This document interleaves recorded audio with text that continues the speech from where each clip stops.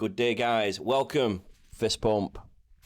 I'm SAS Degnan, also known as Degs, and in today's episode, we're going to cover some gaming news about Final Fantasy 16, and we're going to find out what we know about it. We're going to read what the developers have to say. We're going to look at some of the new characters that are out, and of course, we're going to react to the trailer. So let's get on with the trailer. This trailer is going to be coming from the official State of Play showcase they did a couple of days ago, and let's see what it has to offer. Here we go. 世界中のゲーマーの皆さんこんにちは。ファイナルファンタジー16プロデューサーの吉田です。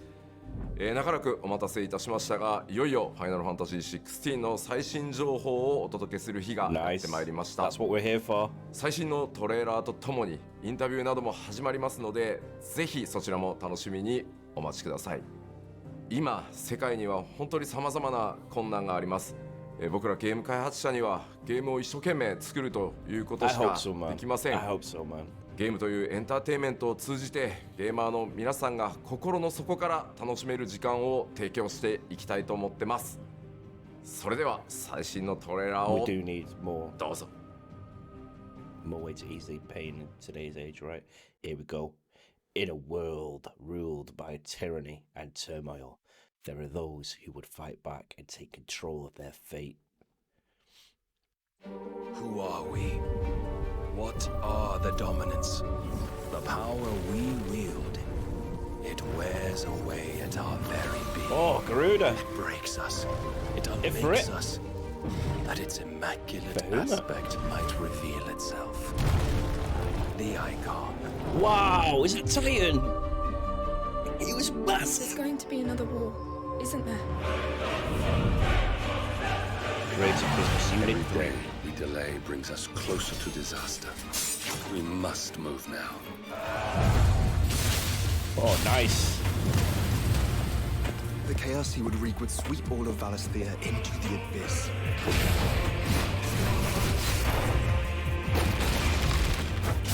Nice combos, man. Oh, it's got a stagger. It's got a stagger counter. Like 7. That we may bring an end to the strife and found a new order to see us unto tomorrow. Whoa. If I take Oh, he's a beast. Our due. He's a beast. The island to Who its is that guy? foundations.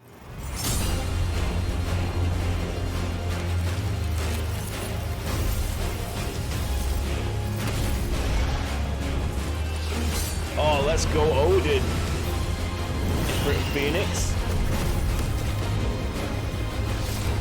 Titan.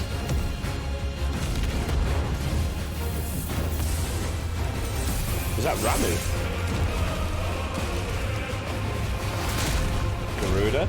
350,000 damage. There will be losses, it is true. Yet for every citizen who falls, another can be bred. Shiva there. For every home that burns, Mega Flare. another can be built. The Empire will live on.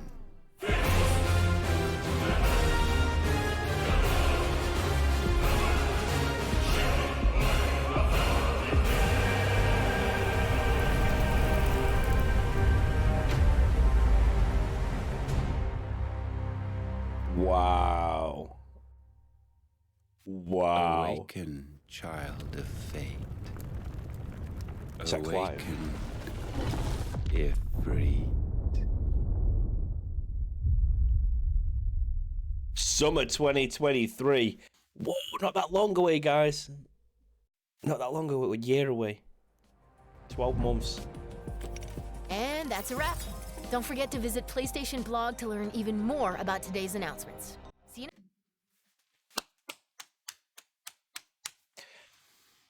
Whew, where do we start with that? What did I enjoy? Jesus. I love how it's summon based. That combat system looked fresh. It looked nice. I mean, I know they kind of played around with it with 15 and it kind of just fell flat. You know, I don't know. Just 15 just didn't do it right. You know, I wasn't a fan of 15 at all. I didn't like the J-pop look. I didn't like how this open world, but then it was boxed in. You know, it was like, oh, we'll slowly give that to you. about these are the things I didn't like about 15. So I'm hoping in 16 they've got rid of that altogether. They look like they've updated the combat system. I love how it's summon focused. I love that they've got stagger effects. These are good because when you get staggers, it sets up for combos and stuff. It's very Capcom, very very Capcom to do stagger effects. Very very Devil May Cry. So yeah, very cool. I really liked it. I loved the system in Final Fantasy VII Remake, that when they did it that way. They did it right in Final Fantasy VII Remake, having to rely on your teammates and putting different combos together with your teammates and bounce off each other's synergy and stuff. That was really cool, and I'm hoping we see more of that in 16, but that was an impressive trailer. The last trailer I saw for Final Fantasy 16 was in 2020, I believe, and it looked terrible. That was a vast improvement. Well done. Well done. Right, so we're going to dive into this a little bit more. We're going to find out what the developers have to say. We're going to find out more about these characters if we can, and we're going to see if we can get some in-game screenshots of the world of Valencia, and let's see what we've got there. So let's get on with that. So here's the main cover art for it. This is what we found out so far. Final Fantasy 16, the legacy of the crystals has shaped our history for long enough. Summer 2023. This main character here, he's called Clive, I believe, looks absolutely fantastic. I'm getting a very, very Squall vibe off him. I don't know about you guys. Let me know below what vibe you get off him. But to me, I'm getting a very, very soldier-esque Squall vibe from him, but a little bit more mature than Squall was. An updated screenshot there of the main protagonist. Look how fresh that looks. This PlayStation 5 graphics is going to push this game through the roof. That PlayStation 5 is a phenomenal machine. I'm still trying to get my hands on one. Not been able to get one yet, but I cannot wait to see what they do with this next gen console, because that PS5 and these Xboxes, man, oh my days, they're just next level. So one of the new characters that was revealed to us was this beast here, and his name is Hugo. So let's find out what Hugo is all about. He looks like a mean mofo, man. He looks mean, doesn't he? He looks like you don't want to mess with him.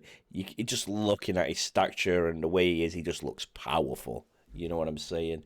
Looks like he could move the earth, dude. New characters revealed. In the world of Final Fantasy XVI, Archons are powerful and deadly creatures that reside within dominance. A single man or woman who is blessed with the ability to call upon their dreaded power. We've previously introduced Clive Rosefield, a young man dedicated to mastering the blade, who is dubbed the First Shield of Rosaria and is tasked to guard his younger brother Joshua, the Dominant of Phoenix.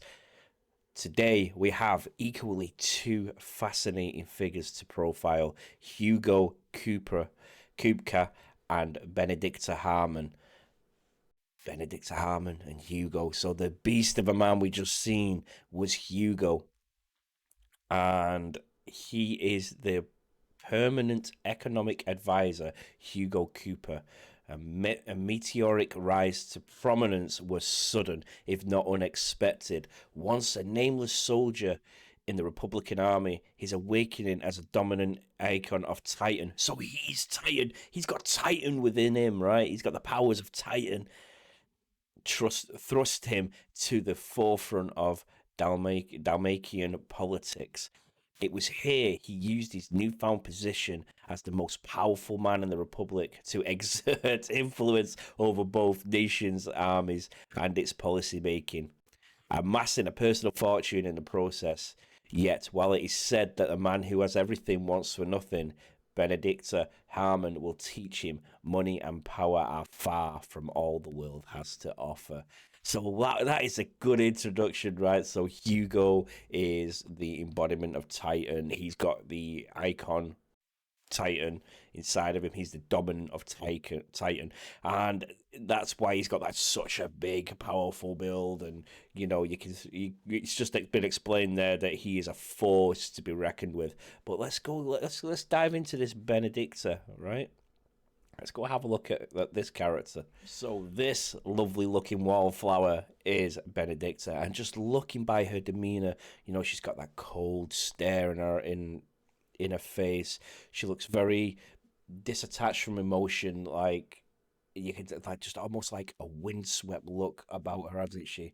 You know, you got the feathers going there, which I'm saying it gives me that windswept look, you know, and she could probably be the dominant of Shiva or Garuda, I reckon. So let's find out who she actually is. So Benedicta Harmon, having emerged from the storm of youth, cold-hearted and ruthless, Benedicta Harmon, dominant of Econ Garuda. So she's Garuda, she's the dominant of Garuda. Warden of the Wind turned her talent for swordplay and subterfuge into a command of Wayload's elite integrators, and is on a mission to find the elusive second Icon of Fire. She cross paths with a like-minded Clive and is forced to face her path. So she meets the protagonist. She's got to go on a personal mission to face her past, and she's also influencing that beast Hugo over there. So this is already building up to be a fascinating story, right? So I did promise you some in-game screenshots of the game. I'm going to show you them now, and let me know what you think of them. I think they're absolutely stunning. So here we are, guys, some in-game screenshots, and look at that scenery.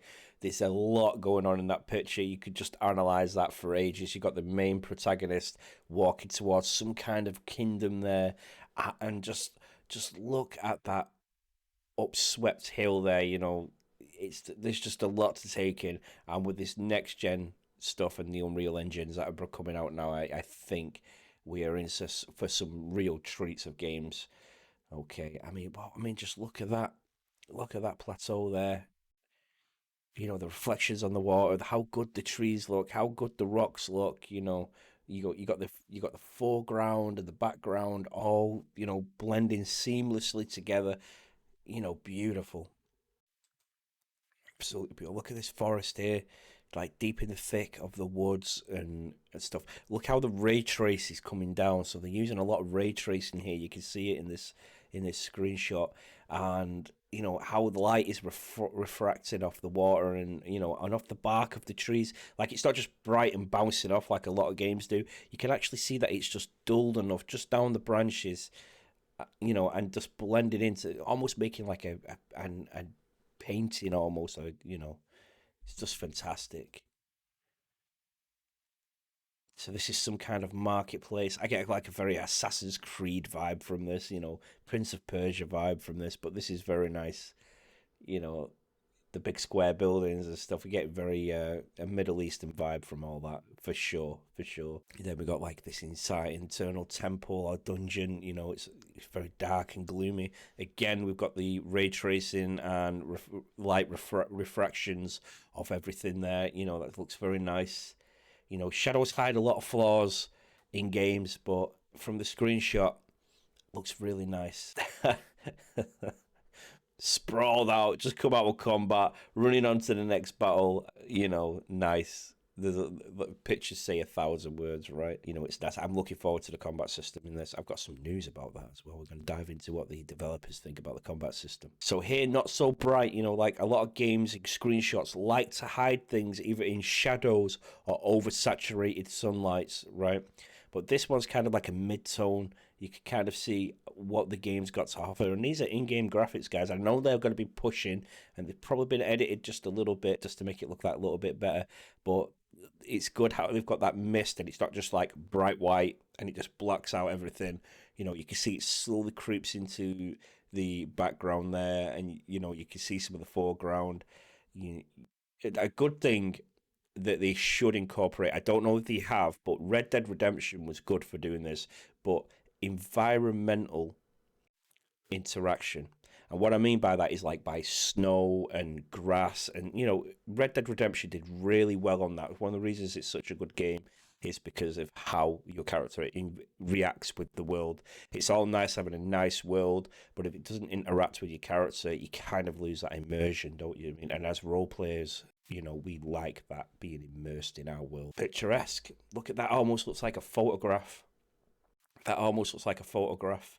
I could probably crop that, send it to my old man, and say, "Look at this mountain! Like this was me in America, mate. You know that does look like something you would find like near the Grand Canyon or something, right? In the Nevada desert or something like that. Like that looks very nice.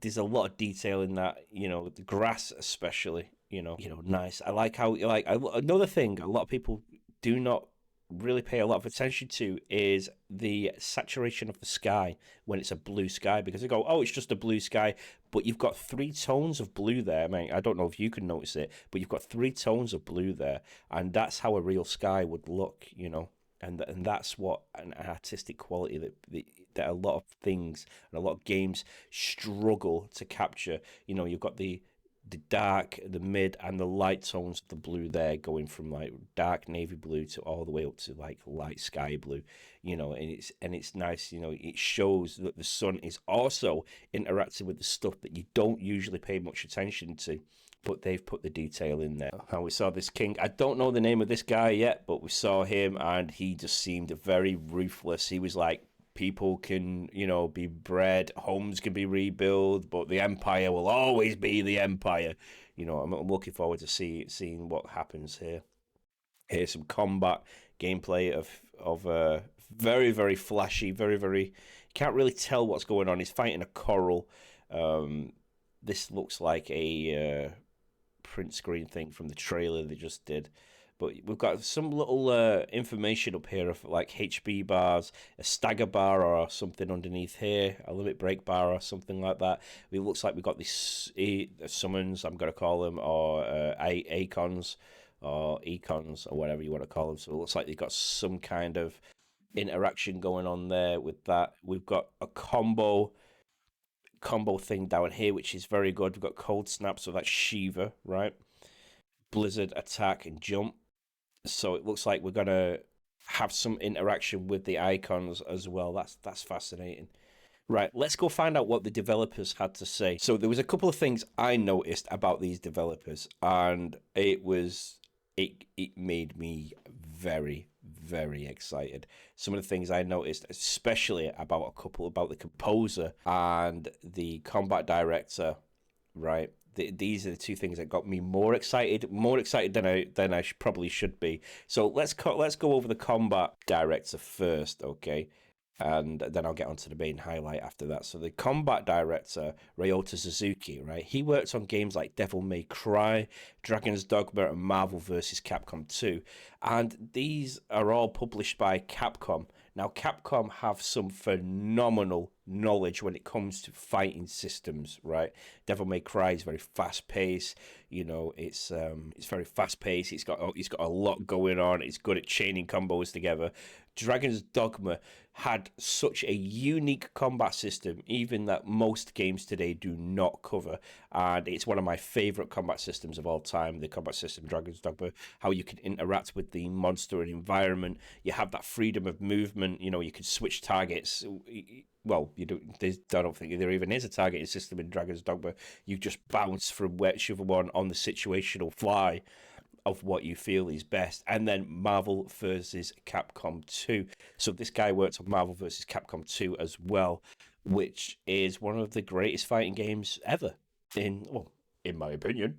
But yeah, it's, I play a few fighting games, and Marvel vs. Capcom 2 was such a very, very nice game.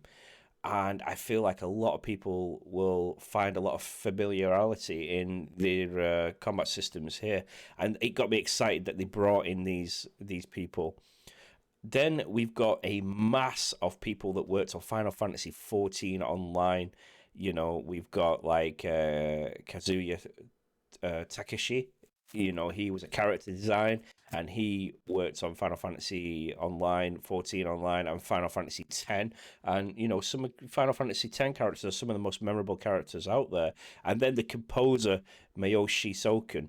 Oh, my days. His composing knowledge is pretty nice. He developed all the music for Final Fantasy XIV. And he also did stuff like Mario Hoops 3-on-3, which is, all catchy tunes, right? Themes that stick in your head, and you like to listen to it. And music is such an important part of games. And then we got Naoki Yoshida, Dragon Quest X, Dragon Quest Monster Battle. The Dragon Quest games are absolutely epic games, right? And then we got the main director, Hiroshi Takai, sorry. Hiroshi Takai, Final Fantasy V. It's such a good team. They put such a good team together here. Like, I've not covered all of them, but let's find out what they've had to say themselves. Naoki Yoshida, here's what he had to say. The latest game trailer gives players a clearer picture of what actual gameplay will entail, namely high-octane battles featuring our protagonist Clive Rossfield wielding a full arsenal of attacks unique to the game's many icons or summons, not to mention the epic clashes between the icons themselves that put you right in the action.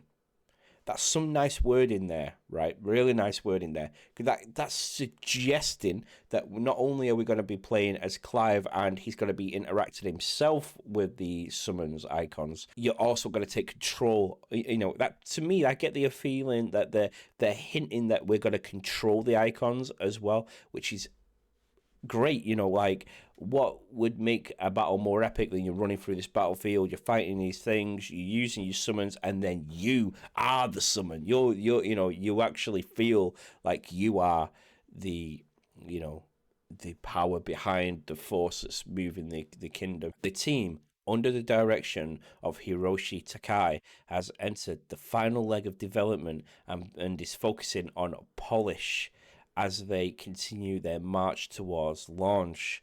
With the power of PlayStation 5 console behind us, we are looking to take you on a seamless story-driven, white-knuckle ride that will rival even the most thrilling roller coaster. Now, interesting wording I find here, right? When somebody tells me, like, roller coaster, I feel like they're going to hide a lot of things behind flashing lights and distractions and stuff. But he also uses the word focusing on polishing. He's polishing up the gameplay. So that's really nice to show that they're taking care and all that. And Naoki's message at the beginning of the trailer was like, in these hard times, we want something fun. Because they know, and we all know, that games are falling flat a little bit at the minute. A lot of gamers are feeling like they're not getting excited about games anymore. They're not just being taken on that journey. So we need things from a passionate place. We need more creative stuff, not just the copy paste. Oh, this formula worked. So let's see what Hiroshi Takai had to say. Okay, in our latest trailer, we've introduced several new icons or summons, as well as provided a more detailed peek at our action-packed battle system and the freedom it gives players. Now, they're nice words. They're really nice words, right? The freedom it gives players, and that's what we're looking for at the end of the day. Final Fantasy 15, even though it was a beautiful-looking game, and it had some unique systems in it itself, it kind of just wasn't there. It wasn't good. It wasn't fun to play. In my personal experience, it wasn't fun to play, and the characters were just completely unrelatable. That's just the way I felt about it. They've done better in the past, right? So using words like freedom, I'm imagining something more like the Dragon's Dogma freedom, where you can just run around. Let's go over here. I don't like games that say, oh, we're an open world, we're a massive open world, and then they gate everything off and they just trickle that world to you bit at a time. I just like, here's the world, off you go. Go do whatever. If you encounter something that's going to kill you, well, you shouldn't be there, go somewhere else. I like that kind of, feeling. It puts that sense of danger and excitement into a game, I feel. That's what we need more of in today's gaming. We need more excitement and danger in games. None of this hand-holding, safely guide you through it. We want to be thrilled. We want to be... we want to be like on the edge of our seats, and we want to feel like we actually can't finish it, and then we feel achievement. So let's find out what Hiroshi also had to say. As for development progress, I'm happy to announce that the game is fully playable. That's awesome. From start to finish, though, from optimization.